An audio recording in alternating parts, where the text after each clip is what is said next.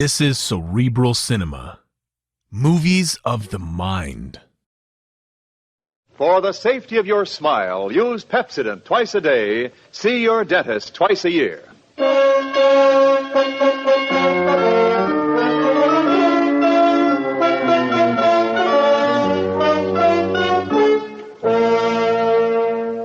Lever Brothers Company presents the Pepsodent program, The Adventures of Philip Marlowe, starring Van Heflin.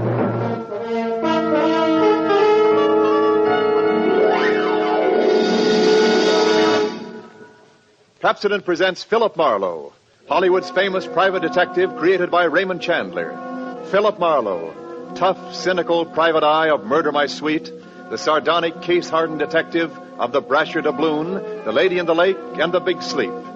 You've seen him in action in all of those top-flight mystery pictures.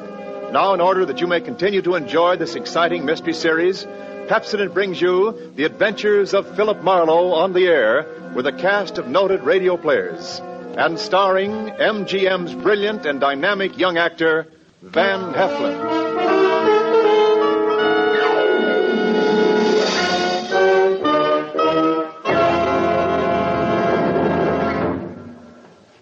Now, families all over America have named their favorite toothpaste. New Pepsodent with Irium.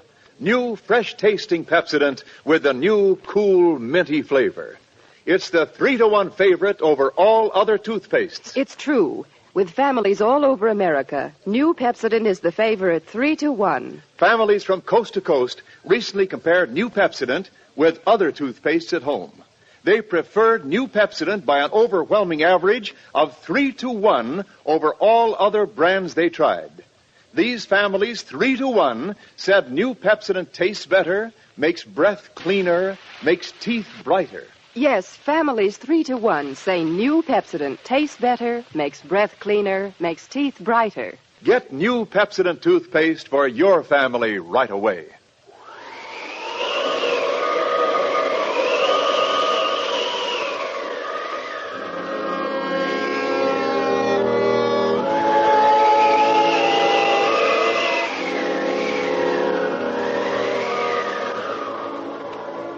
There was a rough desert wind blowing into Los Angeles that evening.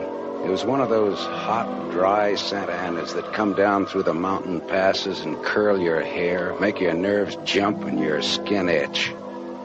On nights like that, every booze party ends up in a fight, and meek little housewives feel the edge of a carving knife and study their husbands' necks. Anything can happen when the Santa Ana blows in from the desert.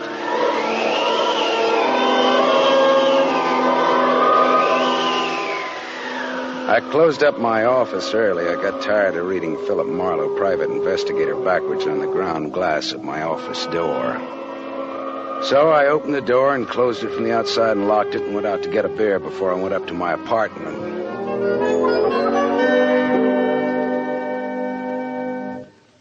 Filler up again, Mr. Marlin? Marlowe. Marlowe. Marlin is a fish. Yeah, I know. Hey, you bartender. Give me another rye. Drunk again. What'd you expect in this business? Autograph hounds? Make it snappy, you hear? Be right with you, sport. I gotta draw this man a beer. Crying out loud, these stumble bums who come in here... You got another customer, Bacchus? Hey, Bud. You seen a lady in here lately? A lady? Tall, good-looking, brown hair, a print bolero jacket, and a blue silk dress. No, sir. No, sir. Nobody like that's been in. All right, straight scotch, fast. I left my engine running out there. Yes, sir. Yes, sir.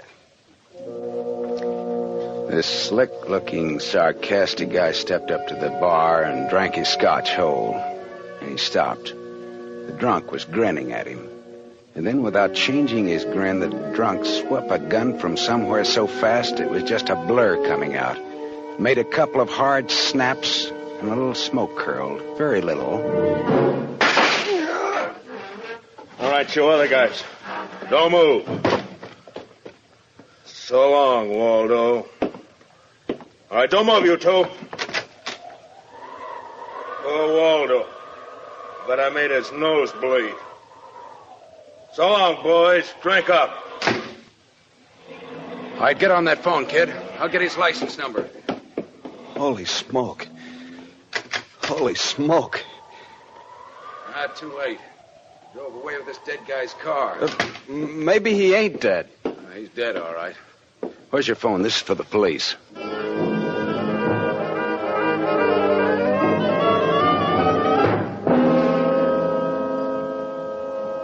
The prowl car boys were there in about 5 minutes. Waldo was out of business, all right. And nothing in his pockets told who he was, but he had about $700 on him. I told the cops what I knew, including about Waldo's tall, brown-haired, pretty girl in the bolero jacket. It was about 9 o'clock when I stepped out of the elevator in my apartment house and almost walked right into a tall, brown-haired, pretty girl in a bolero jacket, waiting for the elevator on my floor. Oh, excuse me. Just a minute, lady. I said excuse me. I'm in a hurry. Now, if you'll be good enough to Look, step you better out of... not go outside in those clothes. Just what do you mean by telling me This what? isn't a make. You're in trouble. Trouble? Yeah, the cops are looking for you in those clothes. But I haven't done anything that... I'm in room 41 across the hall now. I never collected an etching in my life. All right, I'll go with you. I'll go.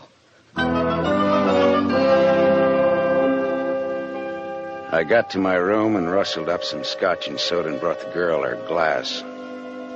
She had a small automatic in her hand. It jumped up at me, and her eyes were full of panic.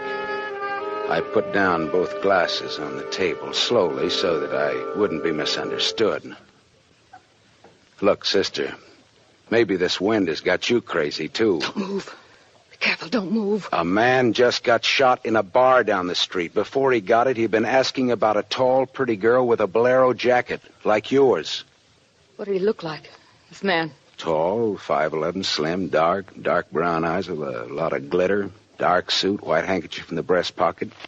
And he must have seen you earlier tonight to know how you were dressed. Am I getting anywhere? He used to be my chauffeur. You had an appointment with him, didn't you? Why? Listen, he asked for you, didn't he? Yes, I had an appointment with him.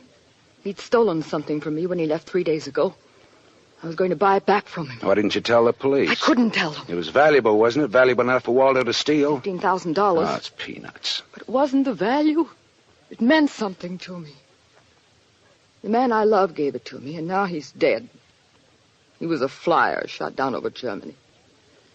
I'll go back and tell my husband that. He probably hired you. He did? Well, how much is he paying me? And where is this husband of yours? He's at a meeting. This late at night? He's a very important man. He's a hydroelectric engineer.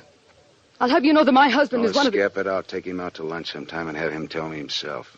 And about Waldo, whatever he had on you is dead stock now, like Waldo himself. You mean he's dead? Waldo is dead? Yes, sister, he's dead. Dead. Lady, he is dead. Oh. Now scream and I'll give you 2 black eyes. I'm not going to scream. Who would that be? There's a dressing room behind that door. Hide there. Now, don't argue with me. Do it. All right.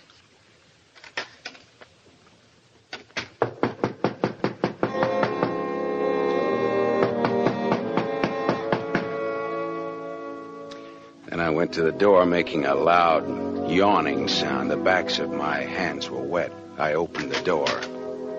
Without a gun, that was a mistake. I certainly knew the gun I was looking into, a .22 target automatic that had already killed 1 man that night. And I knew the bald head and the flat, shiny eyes and the face like a poisonous lizard. Baldy put the muzzle of his gun lightly against my throat. I backed into the room, and Baldy kicked the door shut. You alone? Look for yourself. I'm asking, not looking. I'm alone. You and that dumb bartender saw me dust off Waldo. What did Waldo do to you? Who's asking? Just making conversation. He stole on me on a bank job we did together. Got me 4 years in Michigan pen. How is he? Dead? I'm still good, drunk or sober. Tell me why I came here, pal. You heard the barkeeper and me talking. I told him my name, where I lived. That's how, pal. I said why. Skip it. The hangman won't ask you to guess why he's there. Oh, you're pretty tough at that, ain't you? But you're slamming off, pal. All right, but you could get that gun out of my neck and try somewhere else. Oh, yeah, sure. Is this better? This suit you all right? Just so it isn't my neck. Save when, pal? It's your party. I leaned against the gun. The door of the dressing room showed a crack of darkness. The crack widened. I began to shake a little. The girl came quietly into the room, but there was white all around her irises. She was scared. She had her gun in her hand, but I was sorry for her. Dead sorry. She'd try to make the door scream. Either way, it'd be curtains for both of us. You scared, mister? You worried about any little thing? I couldn't talk. The girl floated in the air somewhere behind Baldy, and her horrified face was drifting toward us. My mouth was as cold and dry as yesterday's toast. Well, kid, how's it feel? You ready yet? Go on, say the word. Well, don't take all night about it if you're going to do something about it. Why not, pal? I like this. Well, suppose I yell. Go ahead, yell. Go ahead. Put up your hands! Hey, look!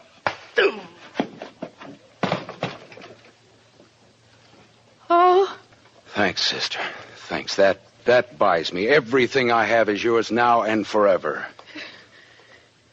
is he dead? You flatter me no end, lady. I only punched him. All right, now get out of here while I call the cops down on this killer. Yes. Yes, good night. Good Hey, night. wait. Leave that bolero jacket here. It marks you for the cops. Oh, yes, here. Okay. See you again? Why? Oh, I don't know. No, I guess not. After all, who am I to be the rival of a dead flyer? I'll see that the police get Jesse James here. Good night, lady.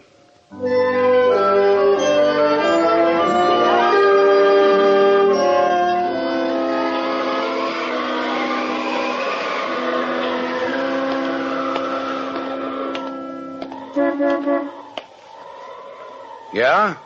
You mean me? Yes, please. Oh, you. Again, huh? Get in. I must talk to you. You want to know what happened at headquarters, huh? Yes. Well, I went down there with the law and gave them the story. I left you out of it. Oh, thank you. You saved my life, so no one knows a thing about you. Well, incidentally, neither do I. Well, my name is Mrs. Frank Bossley. 212 Fremont Place, Olympia 24596. Is that what you want? I guess so. Well, there it is. Now, why did you really come back? I wanted my pearls. Pearls? Yes. Pearls, too, huh? All right. Tell me about the pearls. We've had a murder and a beautiful mystery woman and a sadistic killer and a heroic rescue. Now we will have pearls. I was to buy them back from the man called Waldo. Well, I saw everything that came out of his pockets, and there weren't any pearls. Could they be hidden in his apartment? It's possible. Waldo lived on the same floor you do in this apartment house. And why didn't I know him, at least by sight? He moved in last week. He managed to get a sublet. Great, a sort of an amateur magician on the side, huh? It's getting rather late. Yeah. What about your husband this hot, mysterious night? He's still at his meeting. Well, you could have brought him along. You could have sat in the back seat working out a problem in hydroelectrics while... While what? Well, I didn't have any answers. They wouldn't sound cheap or just ridiculous or from the sophomore class in repartee. Had an unlit cigarette in my hand. I threw it out of the window. I took a hold of her and kissed her. She sat very still. I was shaking when I let go of her. Her voice trembled a little when she spoke. I meant you to do that. I wasn't always that way. Only since Johnny Dalmas was killed in the war. He gave me those pearls. 41 of them perfectly matched with a diamond propeller clasp.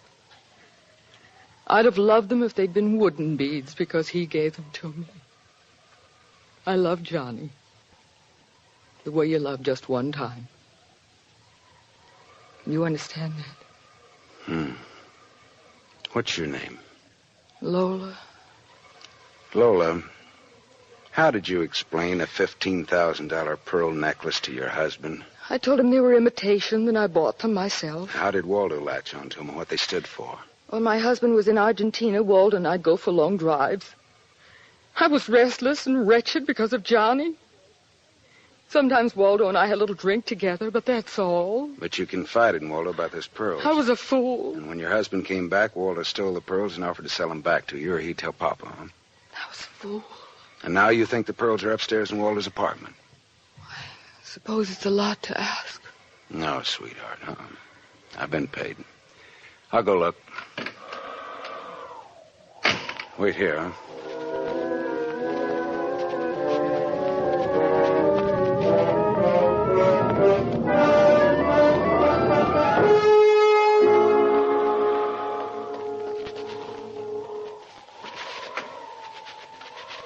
Was the gun along, Lola? No. Well? No. No pearls? No pearls. Oh. There was a man in Waldo's room. A man? Who? You know a man named Leon Balsanos? Not by name. I don't know. Mexican, South American, about 45, small, iron gray hair, very neat, fawn-colored suit, wine-colored tie. No, I don't think I know such a man. Is he the one in Waldo's room? Yeah. What does he have to say? Very little. In fact, nothing. He's dead.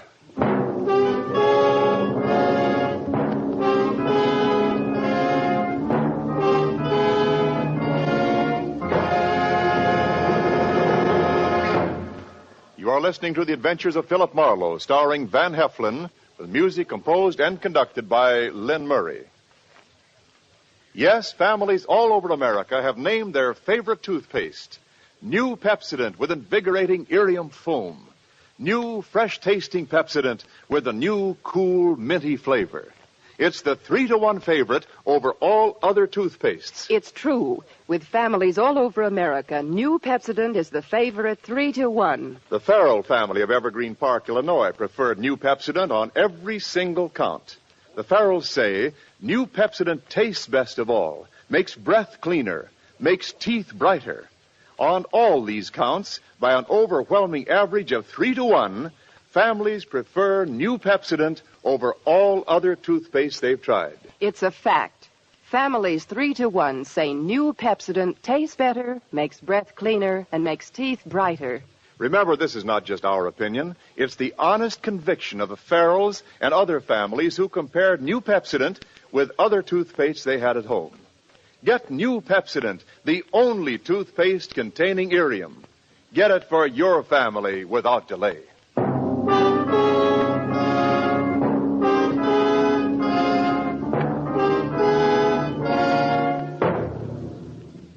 We continue with the adventures of Philip Marlowe, created by Raymond Chandler and starring Van Heflin, who appears by arrangement with Metro-Goldwyn-Mayer, producers of the Technicolor musical Fiesta, starring Esther Williams.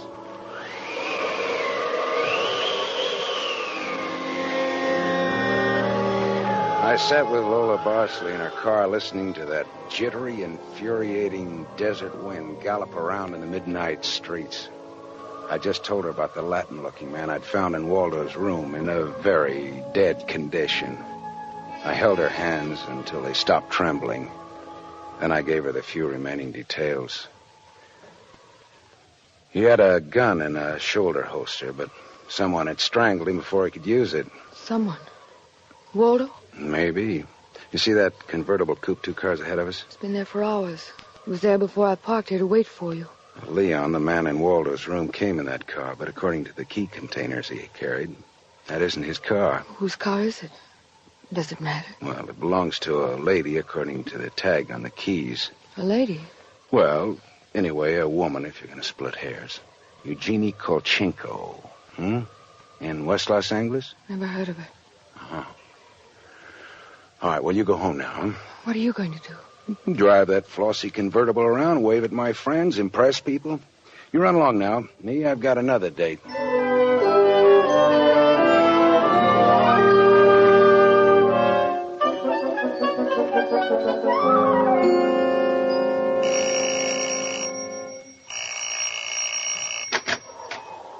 Yes? What is it, please? Miss Eugenie Kolchenko, Yes? What is it? did you lose or misplace a pigeon gray convertible coupe? What are you saying? Now, don't be alarmed. I found it and I brought it home to you. Come in, please. It is a reward you wish. shall we say... Snap out of it, Dragon Lady. Who was he? Who was who? The little guy, Leon. You loaned your car to. He's dead. Who was he? Oh, no. Oh, yes. Eugenie. Darling, come here, please. What's the matter, honey? Who is this man? I came about Miss Kolchenko's car. What about her car? The gentleman who borrowed it couldn't return it on account of he isn't alive. He's dead. Darling, he's dead. Well, that's putting it more bluntly, of course. Dead, huh? Completely. Who are you? Philip Marlowe, private investigator. My card. Mm-hmm. You told the police yet? Never do at once what can be deferred pending negotiations. Aesop. I might negotiate. Oh, peachy. What do you know, Marlowe? A man named Waldo was shot in a bar tonight. I happened to have the inside as to who he was, and when I visited his apartment tonight, I found this Leo Balsanos dead. He wouldn't have had $500 in 20s on him, would he? No, but this Waldo had over $700 on him when he was killed at that cocktail bar, mostly in 20s. Is there a basis there for negotiations yet? Very well, Marlowe. I'm a married man. There were certain unpaid bills for some stuff Miss Kolchenko here had charged to my account. But you told me I might charge to your account. All right, so I wasn't very bright. That might be the understatement of the decade, but go on. I had the unpaid bill safely in my briefcase. Somehow this Waldo had a chance to steal the briefcase. I hired Leon and gave him $500 to buy back those bills from Waldo. Instead, Waldo took Leon's dough and was forced to kill Leon in the process. And then he went out to keep another date and accidentally walked into an old pal hostile enough to blow him down. And someone still has those bills. And I'm in for a divorce suit. The man who shot Waldo got away in Waldo's car with your briefcase in it. Yeah, that could be. The cops caught him. Oh. And the police have the briefcase. Maybe. But the police are interested in solving crime, not in tossing mud for the benefit of sensation eaters. Look, I've got a friend or two at headquarters. Let me see what I can do. It's worth $500 to me. Well, then that's what it'll cost you. Well, good luck.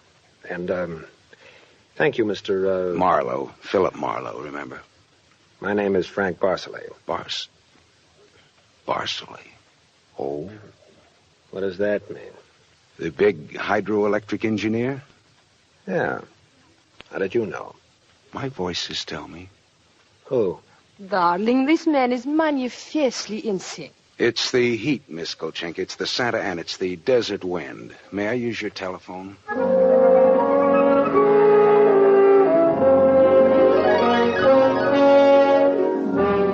Someday I must tell you about Ibarra. Salt of the earth, Ibarra, detective lieutenant over at Central Homicide. I phoned Ibarra from Miss Kolchenko's house and told him where he could find a well-dressed cadaver named Leon and furnished a few small details. I gave Ibarra time to check my tip, and then I went down to see the good lieutenant and told him why I'd been up in Waldo's room, only to find Leon instead of a certain lady's string of pearls. Pearls, eh? Well, I thought Waldo might have them up there.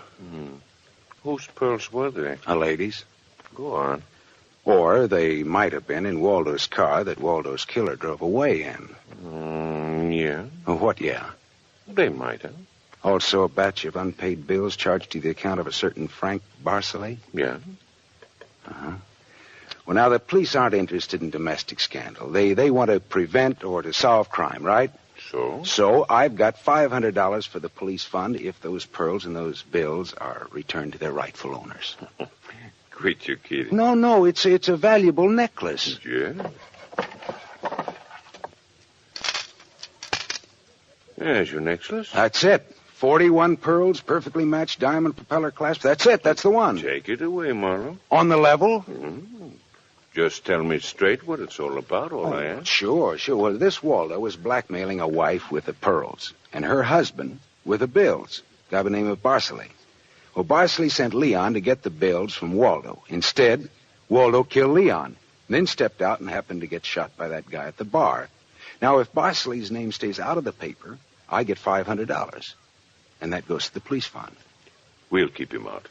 Well, now, I'm not in this case for money. I just want to get back the bills and the pearls. As you say, Marlowe, the police aren't in business to sling mud. Well, you can deliver the pearls to the lady yourself if you like. She lives at... No, Marlowe. You better take them to her. You see, except for the diamond propeller clasp on them, they're phony. Phony? But... All but the clasp, Marlowe. All but the clasp.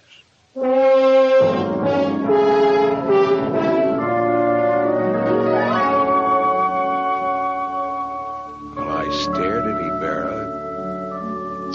So the flyer, Johnny Dalmas, the great lover, had given Lola a string of fake pearls. Well, I didn't know how to tell her, but I called her up and told her to meet me at the Beachcombers at 2. I was going to slip her the bad news slowly. I'm glad you asked me to meet you here, Mr. Marlowe. See, I had to have someone to talk to. Go ahead. Go ahead, talk. I'm listening. Now, Mr. Marlowe, now more than ever, I must have those pearls. Why? Money trouble? Oh, no. It's just that everything's gone wrong. And this morning, my husband told me we're to separate. Oh, I'm sorry, Lola. But if I had Johnny's pearls, it would be a link with the past and with Johnny. And all he meant to me. It's how a woman feels, Mr. Marlowe. I wouldn't blame you for not understanding. Well, maybe I do, though. So please, Mr. Marlowe, please, you'll try to find my pearls. Lola, look, Even if it isn't all of them. Any part of them. Any single smallest one of them. It'll be Johnny's. Look, will you meet me here again around 4 o'clock? I'll be here. Okay, I'll see what I can do.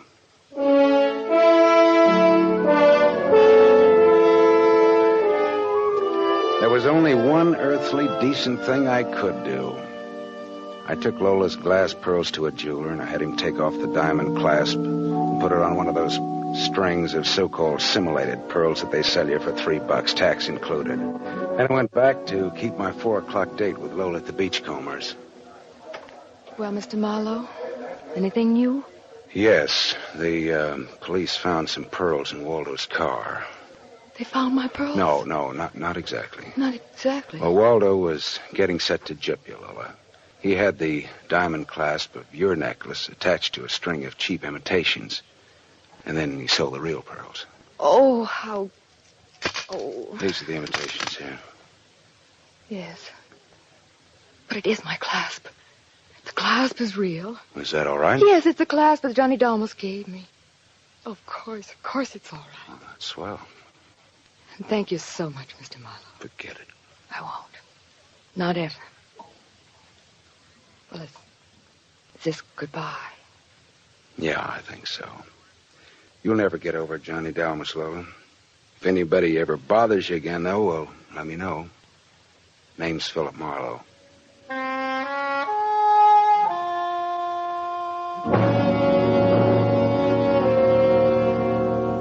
I drove almost to Malibu, and then I parked and walked out on a rock cliff jutting into the Pacific Ocean. Then I reached in my pocket and dug out the string of Bohemian glass pearls that Lieutenant Ibarra had found in Waldo's car. I cut the knot at one end and slipped the pearls off one by one. One by one, I flipped them into the water. The gull swooped down on them and then flapped up again, screaming indignantly. The phony pearls had fooled Waldo and Lola Barsley, but they couldn't fool a seagull. I said to myself, to the memory of Johnny Dalmas, just another four-flusher. I listened a while to the wheeling seagulls. All at once, I realized that the wind had died. The Santa Ana had blown itself out. The red wind was done. It was over.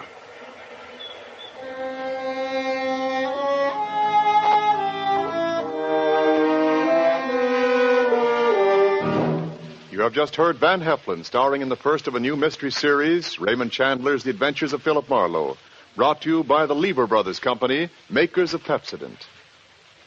Have you tasted the new Pepsodent toothpaste? Its lingering, minty flavor is so fresh and inviting, families prefer it by an overwhelming average of 3-to-1 over all other toothpastes in a recent nationwide test.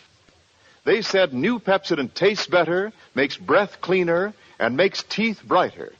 Remember, new Pepsodent gives you more invigorating irium foam. It sweeps dulling film away. No wonder it's the 3-to-1 favorite with families all over America. Get new Pepsodent with irium for your family right away. Tonight's story on the adventure of Philip Marlowe is based on Red Wind, written by Raymond Chandler, creator of Philip Marlowe, the screen's most famous private detective. It was adapted for radio by Milton Geiger. Heard with Van Heflin was Lorene Tuttle as Lola Barceley. And this is Wendell Niles inviting you to listen again next week at this same time to another exciting story on the adventures of Philip Marlowe, starring Van Heflin with a distinguished cast. This is NBC, the National Broadcasting Company. Cerebral Cinema hopes you have enjoyed this movie of the mind.